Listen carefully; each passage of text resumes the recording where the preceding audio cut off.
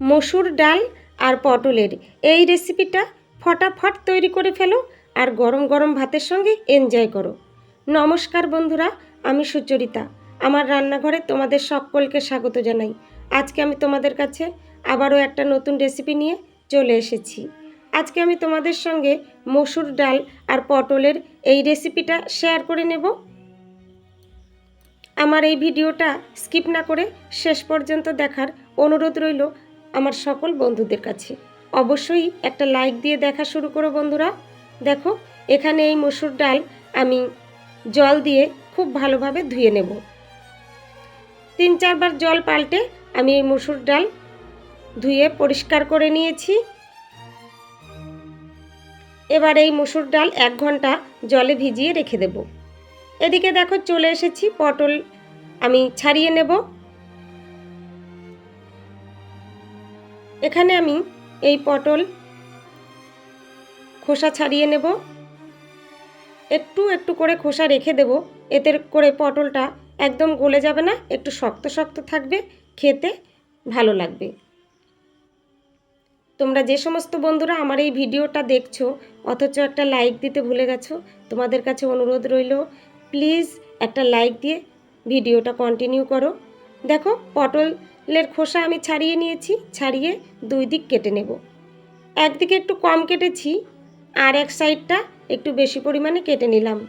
দেখো, এইভাবে আমি এখানে সবগুলো পটল কেটে নিয়েছি, কেটে ধুয়ে পরিষ্কার করে নিয়েছি। এবার আমি একটা চামচ নিয়ে নেব আর এই চামচের সাহায্যেই আমি এই পটলের ভেতরের দানাগুলো বের করে নেব। এই পটলের রেসিপিটার নাম পটলের দোরমা বা দোলমা। এই রেসিপিটা আমি আগেও আপলোড করেছি আমার চ্যানেলে। তখন আমি মসুর ডাল ব্যবহার করিনি, মাছের ডিম দিয়ে আমি এই পটলের দোরমা রেসিপিটা আপলোড করেছি। তোমরা চাইলে দেখে নিতে পারো বন্ধুরা। দেখো, এখানে আমি পটলের ভেতর থেকে দানাগুলো বের করে নিলাম। এই দানাগুলো বের করার সময় একটু সাবধানে বের করতে হবে, দেখতে হবে পটলের সাইড দিয়ে যাতে ফেটে না যায়। দেখো কত সুন্দরভাবে আমি দানাগুলো বের করে নিয়েছি, দেখেই বুঝতে পারছো ভেতরে আর কোনো দানা নেই। এইভাবে আমি সবগুলো পটলের ভেতর থেকে দানাগুলো বের করে নেব।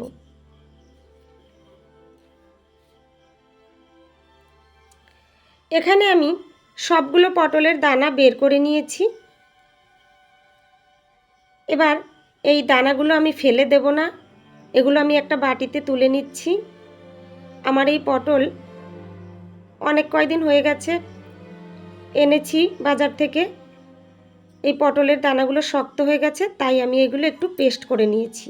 তোমরা চাইলে পেস্ট নাও করতে পারো, তবে দানাগুলো শক্ত হয়ে গেছে বলে আমি একটু পেস্ট করে নিয়েছি। এদিকে 1 ঘন্টা পর চলে এসেছি মসুর ডালের কাছে। মসুর ডালটা এখানে আমি বেটে নিয়েছি, একটু দানা দানা রেখেছি। এবার চলে যাব গ্যাস ওভেনের কাছে। গ্যাস ওভেন অন করে একটা কড়াই গরম করে নিয়েছি। এই কড়াইয়ের মধ্যেই আমি একটু সর্ষের তেল দিয়ে দিলাম। তেলটা খুব ভালোভাবে গরম করে নেব। এই তেল আমি একটু নেড়ে চেড়ে কড়াইয়ের গায়ে ভালোভাবে লাগিয়ে নিলাম। অল্প পরিমাণে গোটা জিরে এর মধ্যে দিয়ে দিয়েছি। জিরেটা হালকা ভেজে নিয়ে এর মধ্যে একটা মিডিয়াম সাইজের পেঁয়াজ কুচি আমি অ্যাড করে দিয়েছি।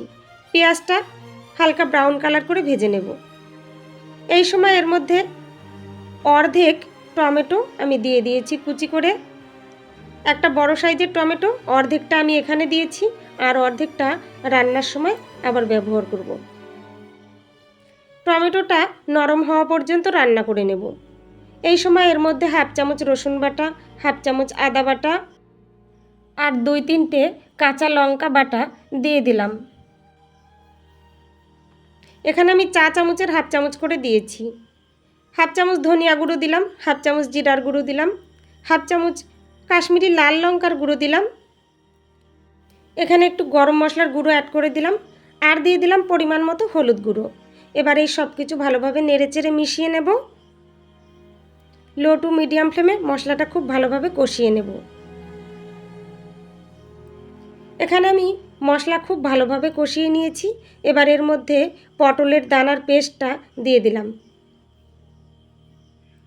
এবার এগুলো নেড়েচেড়ে মশলার সঙ্গে ভালোভাবে মিশিয়ে নেব।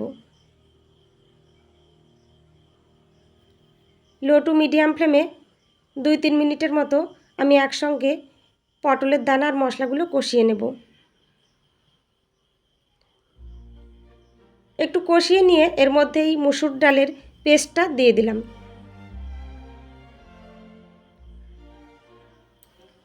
এবার নেড়ে চেড়ে সব কিছু একসঙ্গে মিশিয়ে নেব। এই সময় গ্যাসের ফ্লেম আমি লোতে রেখেছি, না হলে তলায় লেগে যেতে পারে, পুড়ে যেতে পারে। এর মধ্যে আমি স্বাদ মতো লবণ অ্যাড করে দিলাম। লবণ দিয়ে একটু নেড়ে চেড়ে নেব।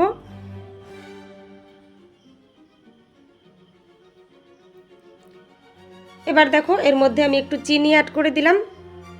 চিনি দিয়ে আবারও একটু নেড়ে চেড়ে নেব।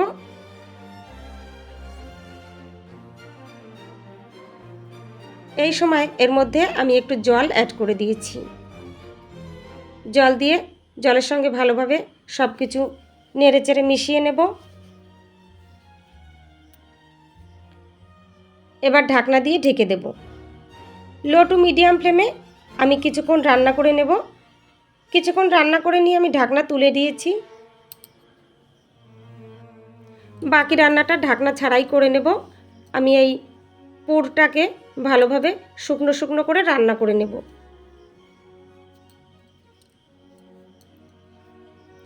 দেখো এখানে আমি পুরটা অনেকটা শুকনো শুকনো করে রান্না করে নিয়েছি। পুর আমার রেডি হয়ে গেছে। এবার এগুলো আমি একটা পাত্রে নামিয়ে নেব।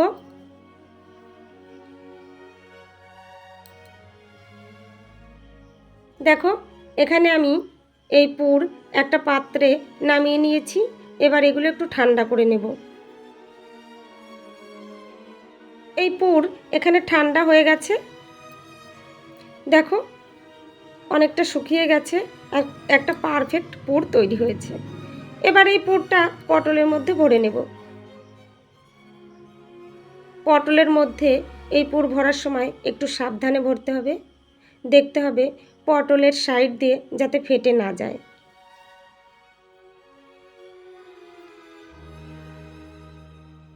এখানে আমি একটা পটলে পুর ভরে তোমাদের দেখিয়ে দিচ্ছি। দেখো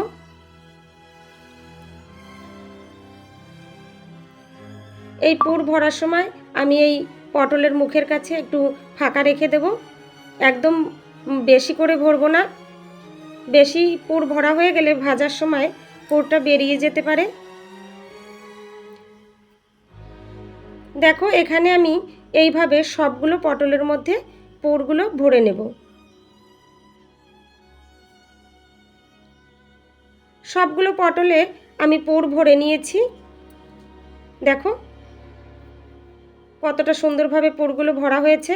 আবারও চলে এসেছি গ্যাস ওভেনের কাছে। গ্যাস ওভেন অন করে কড়াই গরম করে কড়াইয়ের মধ্যে আমি পরিমাণ মতো সর্ষের তেল অ্যাড করে দিয়েছি। তেলটা একটু নেড়েচেড়ে কড়াইয়ের গায়ে ভালোভাবে লাগিয়ে নেব আর খুব ভালোভাবে তেলটা গরম করে নেব। এই তেলের মধ্যেই আমি ওই পুর ভরা পটলগুলো ভেজে নেব। ভাজার জন্য পুর ভরা পটলগুলো এক এক করে তেলের মধ্যে ছেড়ে দেব।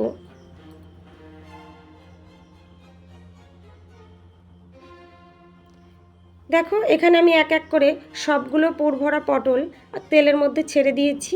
এই সময় একটু লবণ দিয়ে দিলাম আর দিয়ে দেব একটু হলুদ গুঁড়ো। একটু নেড়ে চেড়ে নেব। লবণ আর হলুদের সঙ্গে পটলগুলো মিশিয়ে নেব। খুব সাবধানে নেড়ে চেড়ে নেব। এখানে আমি এই পটলগুলো খুব বেশি ভাজবো না, হালকা ভেজে নেব।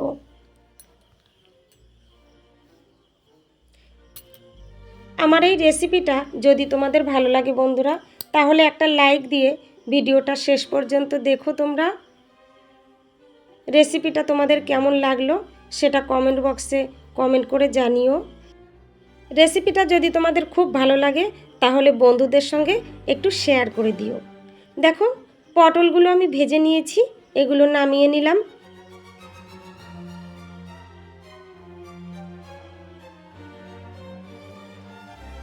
এবার এই তেলের মধ্যেই আমি দিয়ে দিলাম হাফ চামচের থেকে একটু কম গোটা জিরে,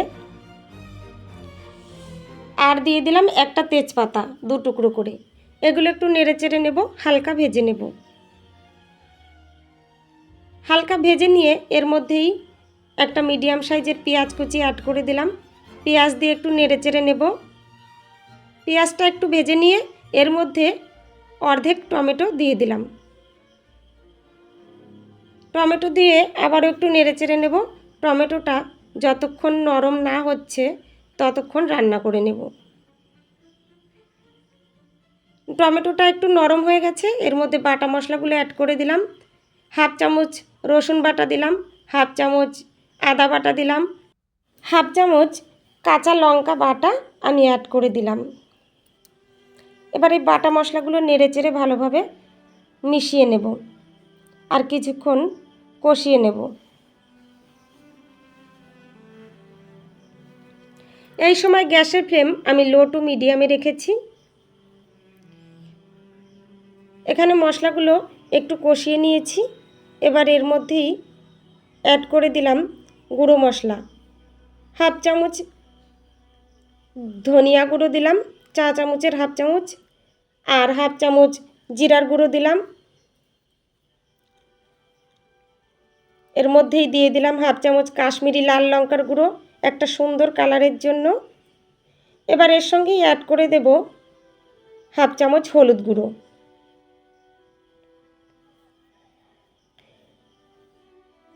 এবার এই মশলাগুলো নেড়েচেড়ে একসঙ্গে মিশিয়ে নেব আর খুব ভালোভাবে কষিয়ে নেব।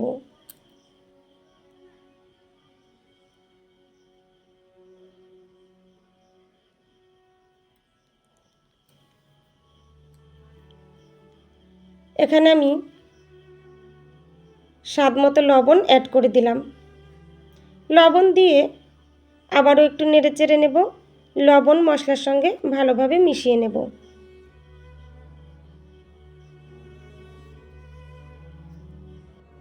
এখানে আমি মশলাটা 2 মিনিটের মতো কষিয়ে নিয়েছি। এবার ঢাকনা দিয়ে ঢেকে দেব। ঢাকনা দিয়ে ঢেকে আমি 4-5 মিনিটের মতো এখানে মশলা কষিয়ে নিয়েছি। 4-5 মিনিট পর ঢাকনা তুলে দিয়েছি।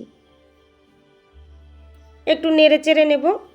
দেখো মশলার থেকে তেল ছেড়ে দিয়েছে, এতে বুঝতে হবে মশলাটা খুব ভালোভাবে কষানো হয়ে গেছে। তোমরা যে সমস্ত নতুন বন্ধুরা আমার এই ভিডিওটা প্রথমবার দেখছো অথচ আমার চ্যানেলটা সাবস্ক্রাইব করনি, তোমাদের কাছে অনুরোধ রইল আমার এই রেসিপিটা যদি তোমাদের ভালো লাগে তাহলে আমার চ্যানেলটা সাবস্ক্রাইব করে পাশে থাকা বেল বাটনটা প্রেস করে রেখো। এতে করে আমার রান্না করা রেসিপিগুলোর নোটিফিকেশন সবার আগে তোমাদের কাছে পৌঁছে যাবে। তোমরা তোমাদের সময় সুযোগ মতো দেখে নিতে পারবে। দেখো মশলা আমি খুব ভালোভাবে কষিয়ে নিয়েছি। এবার এর মধ্যে পরিমাণ মতো উষ্ণ গরম জল অ্যাড করে দিলাম। এই ঝোলের পরিমাণটা তোমরা তোমাদের পছন্দ মতো নিয়ে নেবে, যেমন ঝোল রাখবে সেই হিসাবেই জলটা দিয়ে দেবে। এবার এই ঝোল আমি খুব ভালোভাবে ফুটিয়ে নেব। এখানে গ্যাসের ফ্লেম বাড়িয়ে দিয়ে আমি ঝোলটা ফুটিয়ে নিয়েছি। এবার এর মধ্যেই এক এক করে পুর ভরা ভাজা পটলগুলো দিয়ে দেব।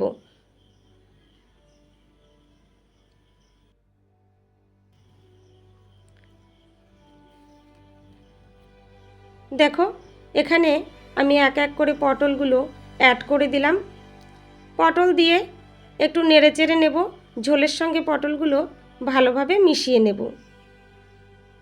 তেজপাতাটা একটু নামিয়ে দিলাম, কারণ এই তেজপাতার ফ্লেভারটা অলরেডি চলে এসেছে আমার রান্নার মধ্যে, তাই ওটা আমি নামিয়ে নিলাম। এই সময় এর মধ্যে একটু চিনি অ্যাড করে দিলাম। তোমাদের যদি চিনিটা পছন্দ না হয় তাহলে তোমরা দেবে না, আমি একটু চিনি দিলাম, খেতে একটু ভালো লাগবে তাই।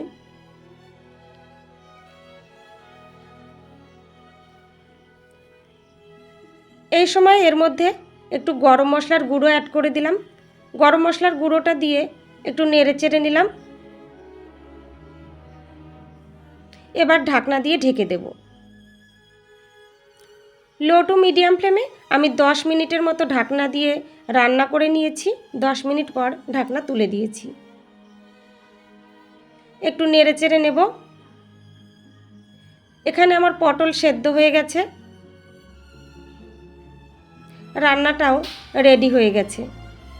এইভাবে তোমরা তোমাদের বাড়িতে একবার হলেও রান্না করে দেখো বন্ধুরা।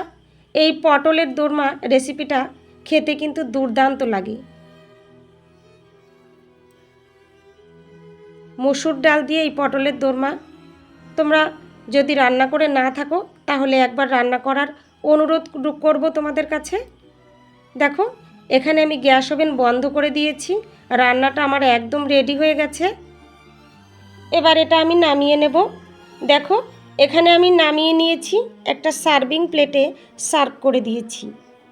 দেখতে কতটা লোভনীয় হয়েছে দেখো, খেতেও কিন্তু দারুণ লেগেছিল বন্ধুরা। অনেক ধন্যবাদ বন্ধুরা আমার এই ভিডিওটা শেষ পর্যন্ত দেখার জন্য, আমার পাশে থাকার জন্য। আজকের মতো এখানেই শেষ করছি। আবার চলে আসবো তোমাদের কাছে অন্য আর একটা নতুন রেসিপি নিয়ে। ততক্ষণের জন্য তোমরা সবাই ভালো থেকো, সুস্থ থেকো।